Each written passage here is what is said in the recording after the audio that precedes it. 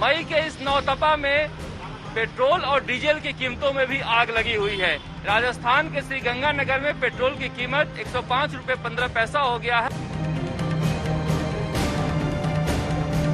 में पेट्रोल और डीजल के दाम एक बार फिर से बढ़ गए हैं। आप देख सकते हैं पेट्रोल सिर्फ 94 रुपए में 2 पैसा कम रह गया है।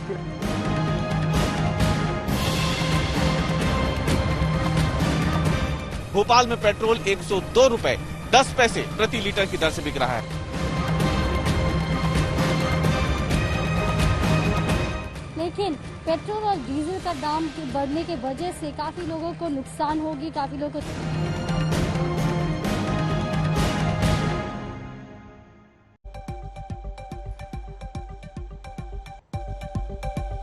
नमस्कार, आप देख रहे हैं आज तक। मैं हूं आपके साथ नवजोत रंधावा।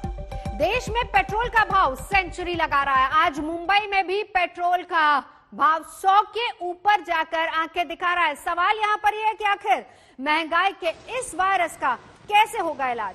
भोपाल में पेट्रोल की कीमतें 100 पार हो चुकी हैं। राजस्थान के गंगानगर में पेट्रोल का मीटर 105 रुपए तक भाग गया है। 3 अलग अलग इलाकों की तस्वीरें। मुंबई की तस्वीर जहां पर 100 रुपए 19 पैसे प्रति लीटर। भोपाल की तस्वीर भी आपको दिखा रहा है और श्रीगंगानगर की तस्वीर देखिए 104 तक पहुंच गया है पेट्रोल, 100 के पार। मुंबई, भोपाल, श्रीगंगानगर अलग अलग इलाकों की तस्वीरें आपको दिखा रहे हैं। कोरोना का कहर, लेकिन ऐसे में पेट्रोल की ये मार। और ये गंगानगर की तस्वीर है जहां पर डीजल 97 रुपए, लेकिन पेट्रोल का भाव 104 रुपए 76 पैसे पहुंच गया है। ये तस्वीर आपको दिखा रहा है और साथ ही साथ डीजल की कीमतें क्या हैं वो भी देख लीजिए।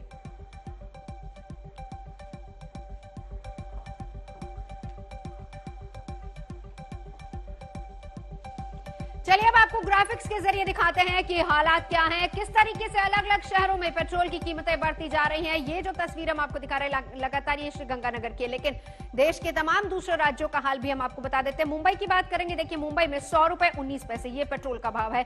ये मुंबई की कीमतें हैं। कोरोना काल में लगातार पेट्रोल के भाव बढ़ना मतलब सीधे सीधे जेब पर मार। भोपाल का हाल भी देख लीजिए।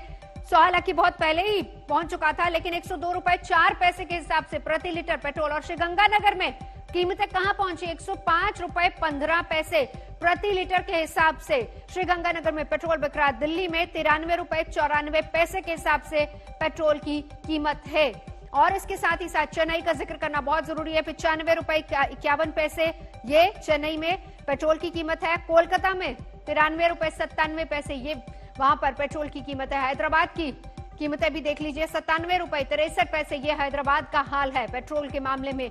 बेंगलुरु का जिक्र करें तो 97 रुपए 7 पैसे, यानी कहीं 100 के पार पेट्रोल तो कहीं 100 के बिल्कुल करीब। लुधियाना में 95 रुपए 72 पैसे कीमत हो चुकी है प्रति लीटर पेट्रोल की। तो साफ देखा जा सकता है, अंदाजा लगाया जा सकता है किस तरीके से पेट्रोल के भाव लगातार बढ़ते जा रहे हैं। हम आपको दिखाते हैं किस तरीके से लोग इसको लेकर रिएक्ट कर रहे हैं। तमाम सहयोगियों की ये रिपोर्ट देखिए। देश के बाकी कई बड़े शहरों की तरह मुंबई में भी पेट्रोल 1 लीटर 100 रुपए तक पहुंच चुका है। मुंबई में 30 पैसे सैटरडे के दिन बढ़े हैं पर लीटर पेट्रोल पे, जिसके चलते फिलहाल जिस पेट्रोल पंप पे हम हैं वहां पर पेट्रोल का भाव जो है वो 99.98 पैसे है, मतलब 2 पैसे कम है 100 रुपए से। तो धीरे धीरे आप कह सकते हैं कि जो पेट्रोल के रेट्स बढ़ रहे थे वो अब 100 रुपया पर लीटर तक आ चुके हैं। वहीं पर डीजल जो है वो 92 रुपीज पर लीटर पर पहुंच चुका है। तो जो लोग रेगुलर कम्यूट के लिए लॉकडाउन में मोटर बाइक्स का इस्तेमाल करते हैं, अपनी व्हीकल्स का इस्तेमाल करते हैं, ये बढ़ते जो दाम है ये उनकी जेब पर काफी ज्यादा इफेक्ट करेंगे, क्योंकि लोगों का कहना है कि कोविड में कई लोगों की नौकरियां गई है, कई पे कट्स पर हैं और उसमें जो कंज्यूमेबल्स के और ऐसी चीजों के भाव बढ़ रहे हैं, इन्फ्लेशन हो रहा है, उससे लोगों को हर महीने का खर्च चलाने में काफी मुश्किल हो रही है। कैमरा पर्सन मंगेश आम्बरे के साथ मुस्तफा शेख, मुंबई, आज तक। मध्य प्रदेश की राजधानी भोपाल में पेट्रोल पहले ही 100 रुपए के पार पहुंच चुका था, यानी महंगाई का शतक तो लग चुका था, लेकिन इसके बाद भी महंगाई कम होने की बजाय लगातार बढ़ रही है। पेट्रोल के दाम लगातार ऊपर की ओर जा रहे हैं। आज की स्थिति में भोपाल में पेट्रोल 102 रुपए 10 पैसे प्रति लीटर की दर से बिक रहा है। और ये आप तस्वीरों में देख सकते हैं भोपाल की, यहाँ पर पेट्रोल की कीमतें इस मशीन पे आपको दिख रही होंगी। 102 रुपए 10 पैसे। ये ऐतिहासिक कीमतें हैं पेट्रोल की, ऐसे समय में जब मध्य प्रदेश में लॉकडाउन लगा हुआ है, लोगों की आजीविका पर भी असर पड़ा है।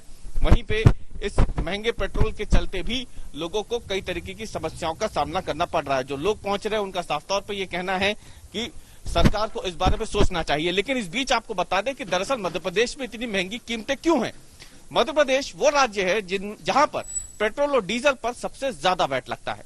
पेट्रोल पर करीब 33% वैट लगता है मध्य प्रदेश में, तो वहीं डीजल पर इसकी दर 23% है। यही नहीं, इसके अलावा 4.5 रुपए प्रति लीटर सेस भी लगता है पेट्रोल पर, और इसीलिए एक बड़ी वजह माना जा रहा है मध्य प्रदेश में पेट्रोल की इन कीमतों का इस तरीके से यूं आसमान छूना।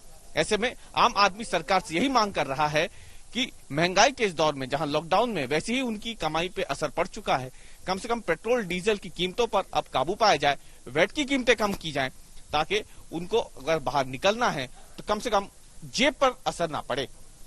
रवीश पाल सिंह, भोपाल, आज तक। मई के इस नौतपा में पेट्रोल और डीजल की कीमतों में भी आग लगी हुई है। राजस्थान के श्रीगंगानगर में पेट्रोल की कीमत 105 रुपए 15 पैसा हो गया है, जबकि डीजल 97 रुपए 98 पैसा हो गया है। जयपुर में भी पेट्रोल की कीमत 100 रुपए से ऊपर हो गई है। साधारण पेट्रोल 100 रुपए 44 पैसा और प्रीमियम पेट्रोल 104 रुपए 82 पैसा हो गया है। ये क्या रोज बढ़ रही है कीमतें? हाँ, डेली बढ़ रही है सर रेट। तो क्या असर पड़ रहा है लोगों पर? असर तो बहुत पड़ रहा है, बहुत ज्यादा बढ़ रहा है। लोगों की नजर सीधा मीटर पे जाती है, ये इतना बढ़ गया, आज कल तो इतना था, आज इतना हो गया। भैया हमको डेली रेट चेंज बनती है, आज इतना पॉइंट आया, आज इतना पॉइंट आया। बिल्कुल वैसे कस्टमर को बहुत भारी मार पड़ रही है। कस्टमर को भारी मार पड़ रही है। बहुत सारे लोग हैं जो यहाँ पर डीजल पेट्रोल भराने आते हैं।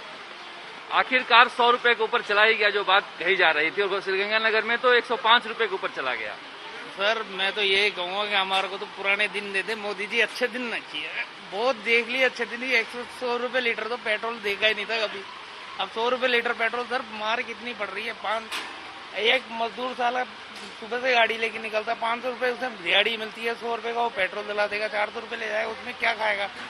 ऐसे सबके साथ ही मार पड़ रही है गरीबी में। मतलब एक तरीके महंगाई को कंट्रोल होने की बजाय ज्यादा बढ़ती जा रही है दिन पर दिन। इससे तो बहुत ज्यादा असर पड़ रहा है मतलब आम जनता। ये स्थिति है यहाँ पर। एक दो लॉकडाउन की वजह से लोगों की कमाई जो है वो कम हो गई है, और पेट्रोल और डीजल की कीमतें लगातार बढ़ रही है। निश्चित रूप से आम आदमी पर इसका असर पड़ रहा है। कैमरामैन शर्मा के साथ शरद कुमार, जयपुर, आज तक। और आइए अब आपको दिखाते हैं बंगाल में तबादले पर बवाल। ममता सरकार के मुख्य सचिव के तबादले पर दिल्ली से बंगाल तक बवाल जारी है। पश्चिम बंगाल के मुख्य सचिव अल्पन बंदोपाध्याय की कल केंद्र में प्रतिनियुक्ति की गई है।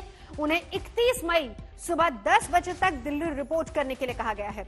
जिस तरह आनन फानन में यह आदेश जारी हुआ, तो सवाल उठ रहा है कि इस आदेश का प्रधानमंत्री की बैठक से संबंध है। आज 3 बजे ममता बनर्जी प्रेस कॉन्फ्रेंस करने वाली और ठीक 4:30 बजे शुभेंदु अधिकारी भी प्रेस कॉन्फ्रेंस करेंगे। दरअसल कल प्रधानमंत्री बंगाल में तूफान की समीक्षा के लिए पहुंचे थे। यहां राज्यपाल और ममता बनर्जी के साथ उनकी बैठक होनी थी, लेकिन ममता इस बैठक में सिर्फ अपने कागज सौंपने पहुंची, और वो भी देरी से। ममता के साथ उनके मुख्य सचिव अल्पन बंदोपाध्याय भी प्रधानमंत्री से मिलने देरी से पहुंचे, और इसी के बाद उनके डेपुटेशन का आदेश भी आ गया। और इसी को लेकर अब बवाल मच गया है। 3 बजे ममता बनर्जी प्रेस कॉन्फ्रेंस करने वाली है, ठीक 4:30 बजे शुभेंदु अधिकारी प्रेस कॉन्फ्रेंस करेंगे, तो मुख्य सचिव अल्पन बंदोपाध्याय की प्रतिनियुक्ति का आदेश आया, जिसके बाद अब बवाल खड़ा हो गया है। मुख्य सचिव को 31 मई सुबह 10 बजे तक रिपोर्ट करने के लिए कहा गया है, तो इसी को लेकर आज 3 बजे ममता की प्रेस कॉन्फ्रेंस होगी।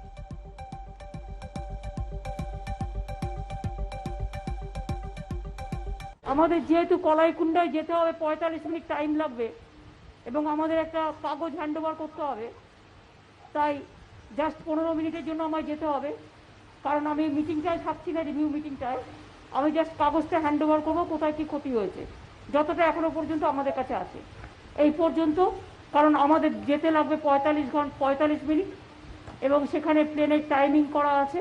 বাংলার মুখ্যমন্ত্রী এই স্বাভিমান নাই কেন? কেন ভিখারির মানসিকতা? কথায় কথায় টাকার কথা বলেন, আর আজকে পাওয়ার সম্ভাবনা থাকলে সেখানে রাজনীতি সামনে চলে আসছে। এই যে ক্ষুদ্র রাজনীতি, এর দ্বারা বাংলার মানুষের ভালো হবে না। কমপক্ষে এই সংকটের সময় রাজনীতিকে ভুলে গিয়ে সবাই একসঙ্গে লড়াই করে যদি মানুষকে সংকট থেকে বার করে নিয়ে আসার চেষ্টা করি তাহলে ভালো হবে। যাই হোক, এটা প্রধানমন্ত্রীকে দিয়ে আমি এটাই বলে এসেছি যে আপনি আমার সাথে মিট করতে চেয়েছিলেন, তাই অত দূর থেকে আমি এসেছি এবং আপনাকে মিট করে আমরা এই কাগজটা আমি এবং আমার চিফ সেক্রেটারি মিলে দিয়ে গেলাম। এবং আমাকে দীঘায় যেতে হবে, যেহেতু দীঘায় আমার যাওয়ার কথা আছে, তাই আমি আপনার পারমিশন নিয়ে বেরিয়ে যাচ্ছি। ममता दीदी अहंकार में चूर हो गई है, लेकिन मैं उनको आगाह करना चाहता हूं, अहंकार रावण का भी नहीं रहा। एक बार देर भले लगे, अहंकारी का नाश होना सुनिश्चित है। मोदी जी भारत के प्रधानमंत्री हैं, उनके पीछे देश चलता है। तो वो अगर पश्चिम बंगाल गए थे तो वहां जनता के कल्याण के लिए गए थे, तूफान पीड़ित भाई और बहनों का हालचाल जानने गए थे। उस समय किसी मुख्यमंत्री का ऐसा बर्ताव करना ये पश्चिम बंगाल की जनता का अपमान है। और केंद्रीय मंत्री रविशंकर प्रसाद ने खुलकर ममता बनर्जी को आड़े हाथों लिया है। कहा कि ममता का कल का व्यवहार शर्मनाक है। सुजीत झा ने उनसे बात की। आपको लगता है कि बहुत सारे लोग जो गांवों में आदिवासी लोग जो है वो वैक्सीन लेने से मना कर रहे हैं, आपको क्या लगता है इसमें कहीं विपक्ष जिस तरह का प्रचार प्रसार जिस तरह से किया विपक्ष? मैं आपसे राजनीति की क्या बात करूं? क्या एक बड़े प्रदेश के पूर्व मुख्यमंत्री नहीं कहा कि भाजपा की वैक्सीन नहीं लगवाएंगे? और बहुत विनम्रता से सुजीत बाबू आपसे पूछूंगा, श्रीमान राहुल गांधी जी ने अभी तक वैक्सीन लगवाया है क्या? देखिए, आप इतने मतलब आपकी जानकारी बड़ी पक्की होती है। ये क्या हो रहा है भाई? क्या कई कांग्रेस के प्रदेशों ने इसका विरोध नहीं किया था क्या? कोरोना एक राष्ट्रीय आपदा है और इसमें पक्ष विपक्ष सबको मिलकर चलना पड़ेगा। और मैं गर्व कहूंगा हमारे प्रधानमंत्री जी का, जिस तरह से पूरे को लेकर चल रहे हैं। वो तमाम तनाव के बावजूद, कोई उनकी मीटिंग को बॉयकॉट करता है, कोई सहयोग नहीं करता है, फिर भी उनका एकमात्र उद्देश्य लक्ष्य है कि हमें देश को बचाना है और हम बचाएंगे। लेकिन एक जो बार बार विपक्ष इसी को लेके जो बंगाल में चुनाव को लेके जो दौरान हुआ, वो आपको नहीं लगता है कि अच्छा, मैं इसका आपको उत्तर दे देता हूं। भारत, चूंकि आप देश के कानून मंत्री से भी बात कर रहे हैं, तो भारत के संविधान की धारा 172 में प्रावधान है सुजीत बाबू कि 5 साल पूरा होने के बाद विधानसभा स्वतः भंग हो जाएगी। तो ये बताइए कि वहां लगाए राष्ट्रपति शासन क्या? तब तो और हल्ला करती ममता जी और वामपंथी। और मैं आपके इस प्रश्न के उत्तर में एक आपसे प्रति प्रश्न करूंगा। कभी ममता जी ने कहा कि चुनाव स्थगित करिए, कभी सीपीएम ने कहा कि केरला का चुनाव स्थगित करिए, वहां तो अभी प्रचार कर रहे थे। और मैं ऐसा मानता हूं कि कोरोना से लड़ाई एक चुनी हुई सरकार बढ़िया से काम करती है। ठीक भी है। बिहार का चुनाव हुआ था कि नहीं हुआ था, आप मुझे बताइए, आपने देखा था। इसलिए इसको हर चीज को राजनीतिक रूप से नहीं देखना चाहिए।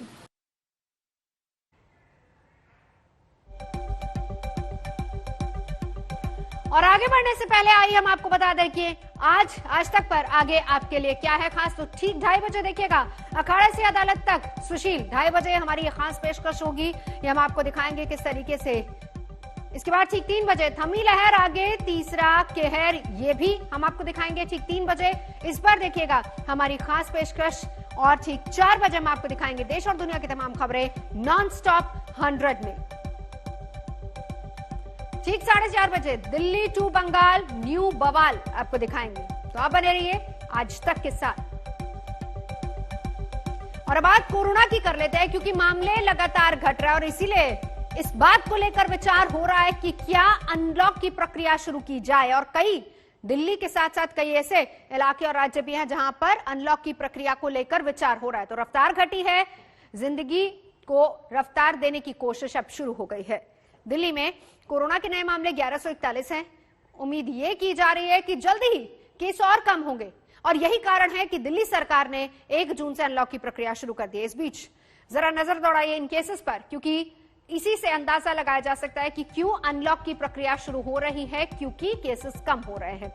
दिल्ली का जिक्र करेंगे, 1141 केसेस। इसी के साथ उत्तर प्रदेश की बात करेंगे क्योंकि आज एक बड़ी बैठक भी है। किस तरीके से यूपी को अनलॉक किया जाए। 2402 मामले, 159 लोगों की जान गई है। ये पिछले 24 घंटे का आंकड़ा जो आपको दिखा रहे हैं। लेकिन इस बीच बहुत अहम होगा क्योंकि 1 जून से यूपी को अनलॉक करने की प्रक्रिया शुरू होगी। राजस्थान में मामले 2648 और इसके साथ साथ महाराष्ट्र में भी अब विचार हो रहा है, खास तौर पर मॉनसून को लेकर अभी फिलहाल अनलॉक की प्रक्रिया शुरू हो रही है। महाराष्ट्र के मामले लगातार हम आपको दिखा रहे हैं। तो कुल मिलाकर अगर देखा जाए तो पूरे देश में दक्षिण के 1-2 राज्यों को छोड़ दिया जाए, लेकिन बाकी देश में हालात धीरे धीरे सामान्य हो रहे हैं और इसीलिए कोशिश ये की जा रही है कि अब अनलॉक की प्रक्रिया को धीरे धीरे शुरू किया जाए। हम तो वैक्सीन मांग रहे हैं। वैक्सीन मांगने में राजनीति कैसी है? जनता को वैक्सीन चाहिए, वैक्सीन दिला दो। कहां से वैक्सीन लें वो बताएं। केंद्र सरकार को वैक्सीन प्रोक्योर करनी है, केंद्र सरकार वैक्सीन प्रोक्योर करके हमें दे, हम सबको वैक्सीन लगा देंगे। ये वाला टाइम तू मैं करने का नहीं है। ये इस तरह से आरोप प्रत्यारोप का टाइम नहीं है। ये फिंगर पॉइंटिंग का टाइम नहीं है। ये एक दूसरे के साथ तर्क कुतर्क करने का टाइम नहीं है। देश बहुत बड़ी आपदा से गुजर रहा है। दुनिया भर का एक्सपीरियंस ये दिखाता है कि वैक्सीनेशन इसका एकमात्र समाधान है। तो पूरे देश को मिलकर वैक्सीन खरीदनी चाहिए, राज्य सरकारों को बांट दे, हम वैक्सीन लगा देंगे। तो वैक्सीन को लेकर अलग से सियासत लगातार गरमाई। इस बीच हम आपको ये बता दें कि ठीक 2:30 बजे देखना ना भूलिएगा हमारी खास पेशकश। और उससे पहले हम आपको ये भी बता दें कि देश में कोरोना का हाल क्या है, जरा देख लीजिए। नए मामले खासतौर पर महाराष्ट्र की बात करें तो 20,740 नए मरीज, महाराष्ट्र में मौत 424 तक। और अब महाराष्ट्र में भी इस बात को लेकर विचार हो रहा है कि किस तरीके से अनलॉक की प्रक्रिया को शुरू किया जाए। ये महाराष्ट्र का आंकड़ा जो लगातार हम आपको दिखा रहे हैं। इस बीच मुंबई में भी केसेस लगातार कम हो रहे हैं, लेकिन उत्तर प्रदेश का जिक्र करना जरूरी है। 2402 केसेस, 159 लोगों की जान गई है। उत्तर प्रदेश जहां पर दूसरी लहर का सबसे ज्यादा कहर था, लेकिन इस बीच अब धीरे धीरे केसेस कम हो रहे हैं और इसके बाद 1 जून से धीरे धीरे चीजें सामान्य होनी शुरू हो जाएंगी। उत्तर प्रदेश के ये आंकड़े हम आपको लगातार दिखा रहे हैं। आज योगी सरकार इसी को लेकर विचार करेगी कि अगर अनलॉक करना है तो किस तरीके से छूट दी जाए, धीरे धीरे कौन कौन से ऐसे क्षेत्र हैं जहां से शुरुआत की जाए। खासतौर पर अगर दिल्ली की बात करें तो दिल्ली में तो अरविंद केजरीवाल ऐलान कर चुके हैं कि सिर्फ मजदूर और फैक्ट्रियों को ही इजाजत दी जाएगी। हालांकि उसको लेकर एक अलग से सियासत भी हो रही, क्योंकि लगातार व्यापारी संगठन और बाजार संघ कह रहा है कि नुकसान उनका भी हो रहा है, इसलिए गौर उधर भी किया जाए। इस बीच हम आपको ये भी बता दें कि 1 हफ्ते की छूट सिर्फ दिल्ली में है, क्योंकि जो अनलॉक की प्रक्रिया शुरू हो रही है उसी के बाद ये तय किया जाएगा। 1 हफ्ते देखने के बाद ही ये तय होगा कि सख्ती बढ़ाई जाए या फिर ढील दी जाए। तो 1 हफ्ते तक अरविंद केजरीवाल ने कहा। इस बीच उत्तर प्रदेश के ये आंकड़े जो लगातार आपको दिखा रहे हैं, महाराष्ट्र के भी आंकड़े देख लीजिए। 20,740 लगातार हम केसेस दिखा रहे हैं, एक्टिव केसेस। और इस बीच सबसे बड़ी राहत की खबर यह है कि पूरे देश की अगर बात करें तो ठीक होने वाले मरीजों की संख्या ज्यादा है। और इस बीच बड़ी खबर ठाणे से, वो भी आपको बता दें। ठाणे के उल्लासनगर में इमारत का स्लैब गिरने की वजह से एक बड़ा हादसा हुआ है। आपको बता दें कि 5वीं मंजिल पर ये स्लैब गिरा, जिसके बाद चौथी, तीसरी, दूसरी और पहली मंजिल को तोड़ते हुए नीचे गिरा। 7 लोगों की जान चली गई, जबकि कई लोग इसमें घायल हुए। 26 साल पुरानी ये इमारत बताई जा रही थी और ये खबर है कि 29 परिवार इस इमारत में रहते थे।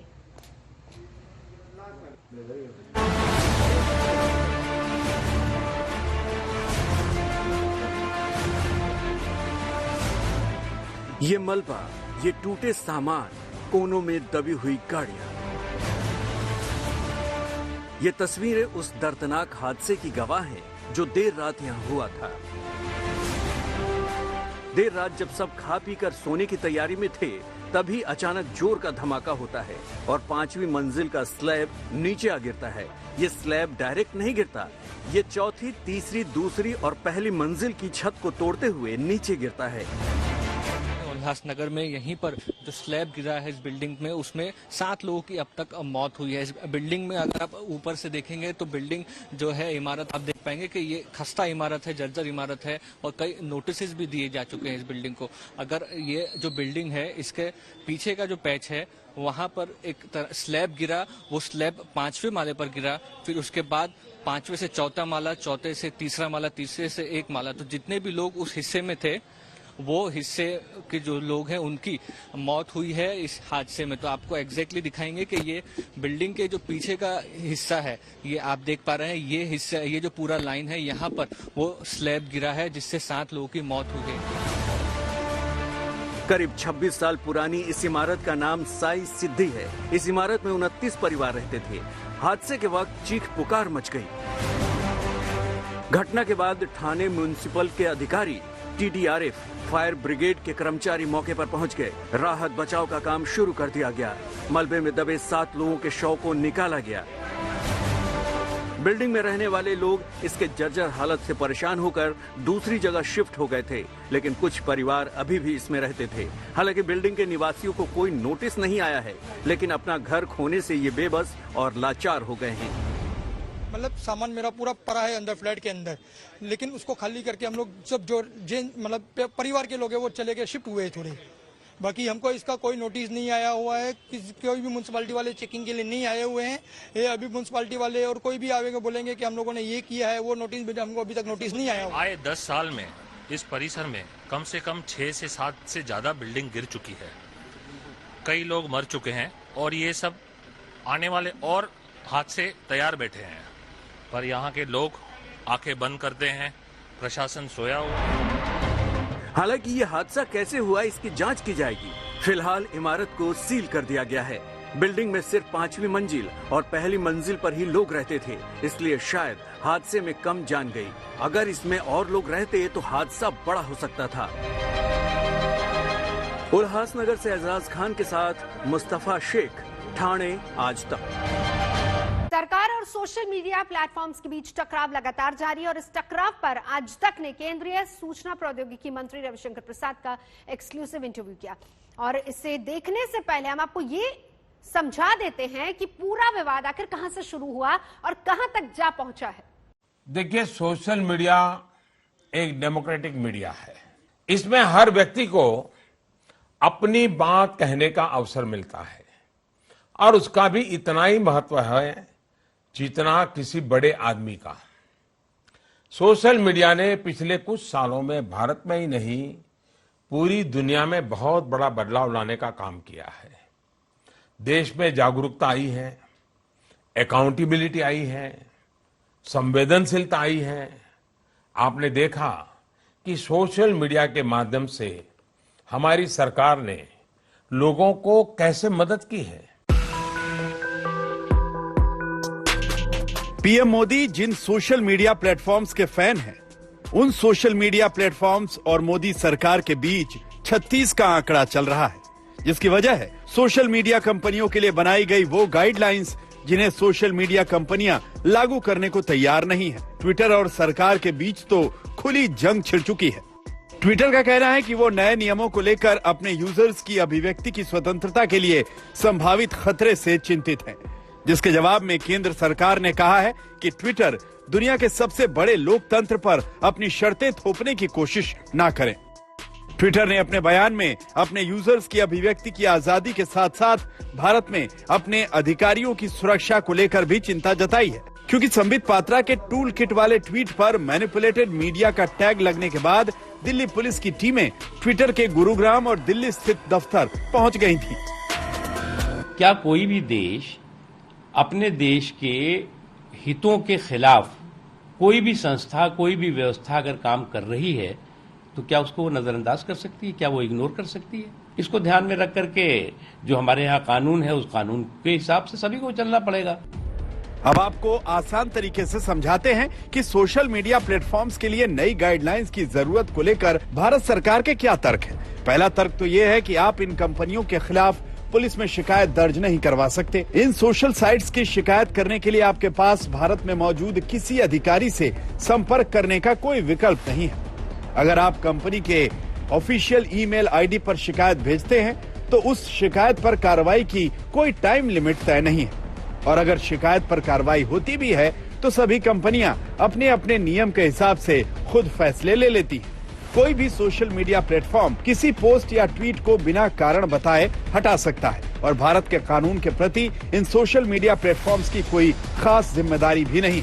ये वो तर्क हैं जो नई गाइडलाइंस को लेकर केंद्र सरकार की तरफ से दिए जा रहे हैं। गवर्नमेंट कह रही है कि हमें heinous crime, rape, terrorism, terrorist acts, sedition against country, अगर ऐसी कोई चीजें हैं जहां की हीनियस क्राइम्स है, जहां की क्राइम अगेंस्ट द स्टेट है, वहां अगर हमें डाटा चाहिए तो वो हमें पता लगना चाहिए कि ये कहां से ओरिजिनेट हुआ, किसने ये व्हाट्सएप मैसेज या किसने ये ट्वीट या किसने फेसबुक के ऊपर ये डाला है। अगर ऐसे केस में हमें ये पता लग जाए या पुलिस को ये पता लग जाए कि भाई ये कौन लोग हैं जो ये इस तरीके की मैसेज फैला रहे हैं, कौन लोग ऐसी भ्रांति फैला रहे हैं, कौन लोग ऐसे मिसकम्युनिकेशन फैला रहे हैं, तो गवर्नमेंट जरूर जानना चाहेगी और उन लोगों को अकॉर्डिंगली पनिश किया जाएगा। सोशल मीडिया कंपनियां जिस बात का सबसे ज्यादा डर दिखा रही हैं, वो है यूजर्स की निजता के अधिकार का उल्लंघन, जिसको सरकार सोशल मीडिया कंपनियों का बहाना बता रही है। जानकारों के मुताबिक नई गाइडलाइंस लागू होने पर ट्विटर अपनी मर्जी के हिसाब से बिना किसी स्पष्टीकरण के किसी ट्वीट पर मैनिपुलेटेड मीडिया का लेबल नहीं लगा पाएगा। नई गाइडलाइंस लागू होने पर अगर ट्विटर ऐसा करता भी है तो उसे बताना होगा कि उसने किसी ट्वीट को मैनिपुलेटेड मीडिया फ्लैग क्यों किया। साथ ही भ्रामक और फेक न्यूज पर तय वक्त में कार्रवाई करने के लिए नए नियम दबाव बनाने का काम करेंगे। जानकार कहते हैं कि दुनिया के तमाम बड़े देशों में सोशल मीडिया प्लेटफॉर्म्स पर नियम और पाबंदियां लागू हैं, तो भारत में इन कंपनियों को नियमों से चलने में क्या दिक्कत है। आज तक ब्यूरो।